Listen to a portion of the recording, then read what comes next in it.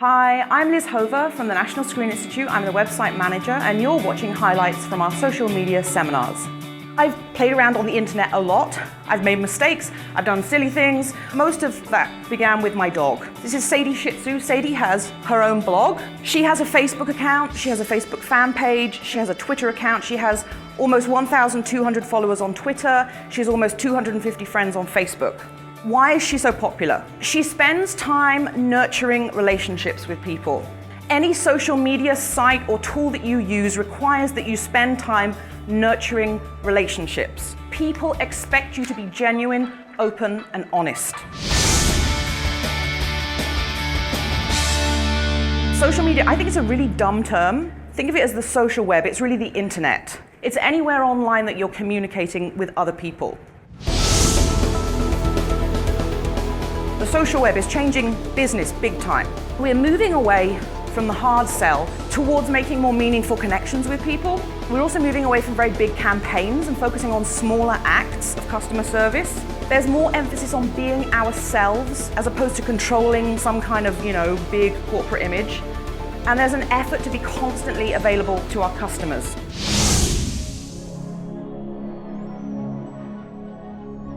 Blogs work best if you have a passion. It's a great way to create an online presence for yourself, because a lot more people are looking to the internet to find out information about you. What about when you go for a new job? They don't just want to read corporate blurb, they want to know who the individuals are. It doesn't have to be about something you're doing at work. You may have a hobby that you're very passionate about and you want to start blogging about that.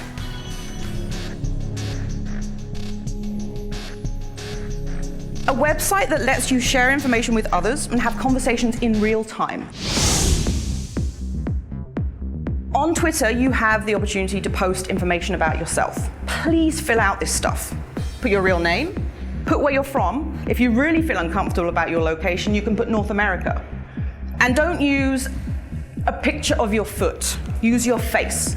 There's a space for your website. If you have a website, please put your website, especially if you have a company. People want to click through and see what your company is. And then you have a space for a bio. I think you actually get 160 characters. My advice is to try to post something in those 160 characters that is interesting to other people. Twitter is an excellent tool for brand recognition and for networking. If you are an employee within a company and you are responsible for tweeting for that company, don't just tweet about your company. You have to tweet about your industry. So I work for the National Screen Institute. The majority of the people that I connect with are film, TV, and other media professionals in Canada. And they don't just want to hear about what NSI is doing, they're interested in the film and TV industry in general. So I'm tweeting about the wider TV and film industry. By tweeting about things in addition to just your company, the more likely you are to be retweeted. A person shares your information with all of their followers. And then maybe someone from that group shares it again. And your message is spreading to potentially millions of people. If you want to promote your business, I highly recommend you set up a fan page. Fan pages were designed and built for businesses. You can upload a logo, you can put blurb about yourself or your business in exactly the same way you can with your Facebook profile. Invite people to become a fan. Use your connections on Facebook. But you have to give your fans a reason for joining your page. You have to do things like making special offers, giving discounts. For example, the TV show The Border recently gave away 10 DVD sets to the first 10 people to write something on their wall on their fan page. So thinking about incentivizing why you want people to come to your fan page. Don't just post stuff on your fan page all about your organization. Make sure you're covering a broader topic about your industry. You're adding value to the people that come to your fan page. Find other groups and fan pages and join them or fan those pages. Go to those pages and post stuff. The reason that I encourage you to set up a fan page is that it comes with analytics information. You can see when people are coming to your page, you can see who's male, who's female, what their age groups are. It gives you an insight into who is using your page and how they're using your page. You don't get that with group pages. As a business, you're going to have an event, You've got to compile invitation lists. You've got to have someone collating all the RSVPs. God, that's so boring. Facebook will do it all for you. You can add the events feature to your fan page, and it will just take away all of that hassle for you. Facebook have changed it so that you can get your own username. So now I can say to you, just go to facebook.com/Liz.Hover. You can also do it for your fan page. You have to have more than 25 fans to be eligible to do it. Why would you bother doing this? A, it's easier to connect with people and tell people that you're on Facebook. Number two, search engines love this kind of thing. Again, if your friends, fans, followers, customers are looking for you and you have provided more opportunities for them to find you, it's going to come up in the results, and bing, you've got that person from Google over to where you want them to be. LinkedIn is a professional networking site. You can add your photo, you can add your resume, you can add a bio. Why is that any different from anywhere else? Well, I had a kind of epiphany with LinkedIn. Just like Facebook has groups, you're going to join professional networking groups. Your skilled employee is able to put information about themselves and also able to link to your company website and to put a description about your company. They're getting more information about what a brilliant person it is that you're employing and more information about your organization. For me, it's always been professional networking. A Google profile helps you control what information Google has about you.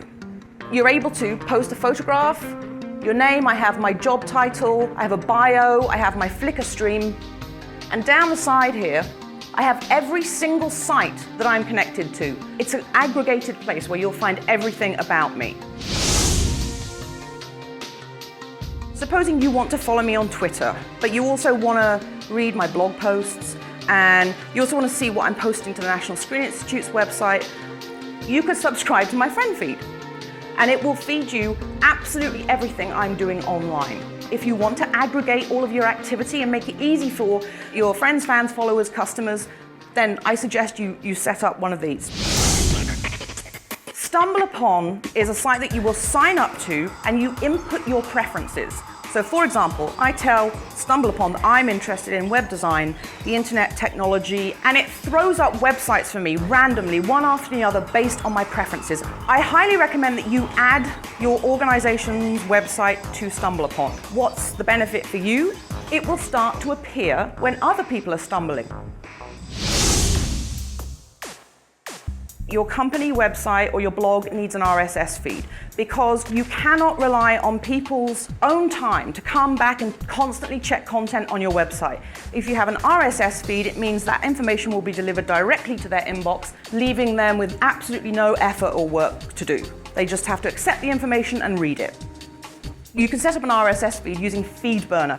You can subscribe by email, or you can subscribe in a reader. Those are the two main ways that people get content from your website. You have to think of your website as your home base, as the center of the wheel, and everything else are outposts. They all lead back home again. And what you're doing is increasing your chances of being found online when your customers are looking for you. Thanks for watching, and be sure to follow the National Screen Institute on Twitter.